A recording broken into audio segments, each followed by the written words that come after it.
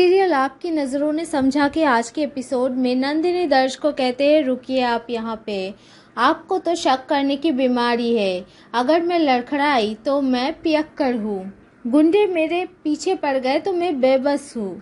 मेरे घर से किसी और औरत की तस्वीर मिली तो मेरी आइडेंटिटी पर आपने शक कर लिया।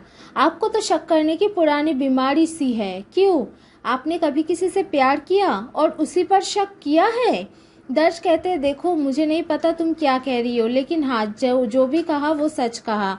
मैंने तो अपनी ही पत्नी पे शक कर लिया था जिससे मैं बहुत प्यार करता हूँ और उसके लिए मैं उससे माफ़ी भी मांग चुका हूँ। लेकिन हाँ, ये मेरी गलती थी, मुझे माफ़ कर दो कि मैंने तुम पर शक किया। तुम झुनझुनवाला अंकल की घर से हो और मैंने तुम पर शक कर लिया, मुझे माफ़ कर दो, लेकिन मैंने ये सब कुछ विनी के लिए किया है। तभी नंदिनी कहती है रुकिए, आपको मेरी पहचान जाननी है ना, तो मैं हूँ ईशानी झुनझुनवाला। नंदिनी अपनी पहचान छुपा लेती है दर्श से। उसके बाद दर्श विनी के लिए सूप ले जाना चाहते हैं और कहते हैं प्लीज़ मुझे ये करने दो।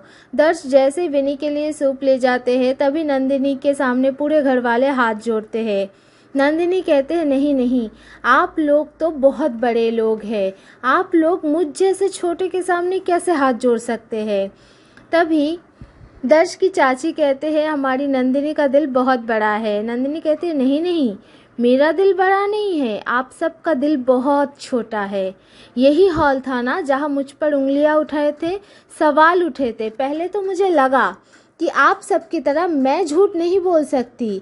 दर्श रावल से उसे सच्चाई जानने का पूरा हक है, मैं बताने भी वाली थी, लेकिन तब मुझे याद आया जब उनकी आंखें ही नहीं थी तब उन्होंने मुझ पर भरोसा नहीं किया। अब वो क्या भरोसा करेंगे? आंखें आने के बाद तो उन्होंने मुझे ही झुठला दिया। मेरी पहचान किसी और को दे दी गई और उन्होंने विश्वास कर लिया बहुत आसानी से।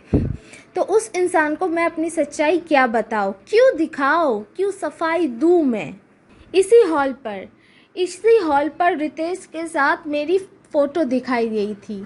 हाँ, वो फ़ोटो कुछ ऐसे दिखाई गई थी कि कोई भी उस पर सवाल उठा सकता है, लेकिन आप लोगों ने तो मेरी चरित्र पर सवाल उठा दिया।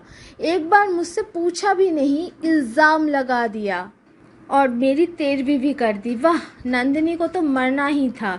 नंदिनी मर चुकी है और उसे कुछ करना भी नहीं पड़ा, सब आप लोगों ने ही कर दिया। मेरी कानूरा जानते हैं कि मैंने आपके बेटे दर्श को पूरे दिल से अपनाया था, लेकिन आपके बेटे ने तो कभी मुझसे प्यार ही नहीं किया। प्यार करते तो मुझे पहचानते, वो तो मुझे पहचानते भी नहीं, तो वो मुझ पर भरोसा कैसे करते?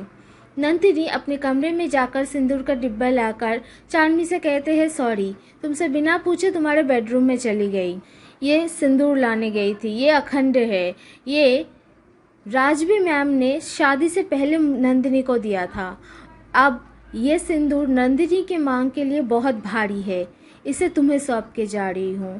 कहकर नंदिनी चार्मी के हाथ में सिंदूर का डब्बा थमा देती है और वहाँ से निकल पड़ती है।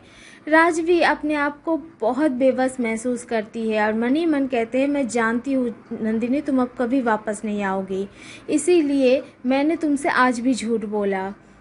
शोभित के बच्चे को दर्श का नाम दे दिया और वैसे भी तुम अगर दर्श की ज़िंदगी में वापस नहीं आओगे तो दर्श पूरी ज़िंदगी अकेला रहे, ये मैं नहीं बर्दाश्त कर पाती, इसीलिए मैंने तुमसे झूठ बोला। अगले एपिसोड में हम देखेंगे विनी अब नंदिनी के साथ नहीं जाना चाहेगी, वो दर्श के साथ रहना चाहती है। फिर से दर्श और नंदिनी क्या आएंगे पास विनी की वजह से? देखते रहिए हमारे चैनल को, लाइक कमेंट शेयर कीजिए एंड सब्सक्राइब कीजिए।